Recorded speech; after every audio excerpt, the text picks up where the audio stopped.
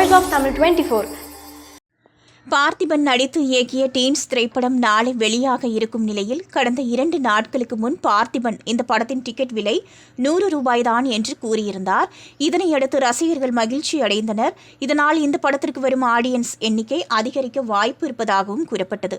ஆனால் இன்று டீன்ஸ் படத்தின் முன்பதிவு அனைத்து திரையரங்குகளிலும் தொடங்கியுள்ள நிலையில் திடீரென பார்த்திபன் 100 ரூபாய் டிக்கெட் விஷயத்தில் பல்டி அடித்துள்ளார். சமூக வலைதளத்தில் கூறியிருப்பதாவது: 100 ரூபாய் + GST எக்ஸெட்ரா விலையில் டிக்கெட் என் விருப்பம். விநியோகஸ்தர்கள், திரையரங்கு உரிமையாளர்கள் சம்மதித்த பின்னே இம்முடிவு. இருப்பினும் சில இடங்களில் முன்பின் இருக்கும். பொறுத்தருள்க. ரிசர்வேஷன் துவங்கிவிட்டது. இன்று Thursday ஆகிவிட்டது. நாளை டீன்ஸ் டே ஆக்குங்கள் என்று பதிவிட்டுள்ளார். இந்நிலையில் ரசிகர்கள் டீன்ஸ் படத்தை பார்ப்பதற்கு முன்பதிவு செய்ய சென்றபோது வழக்கம் போல் பல திரையரங்குகளில் கிட்டத்தட்ட ரூபாய் 190 டிக்கெட் தான் காண்பிக்கிறது என்றும் 100 ரூபாய் டிக்கெட் என்பது ஏமாற்று வேலையா என்றும் கருத்து தெரிவித்து வருகின்றனர்.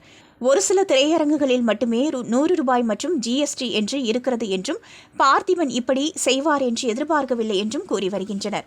மேலும் சென்னையின் முக்கிய திரையரங்குகளில் முன்பதிவு தொடங்கியுள்ள நிலையில் இன்னும் இந்த படத்திற்கு ஒரு டிக்கெட் கூட முன்பதிவு செய்யப்படவில்லை என்பது பரிதாபமாக பார்க்கப்படுகிறது. நீங்க பார்த்துட்டு இருக்கிறது Voice of Tamil 24. Like, share and subscribe.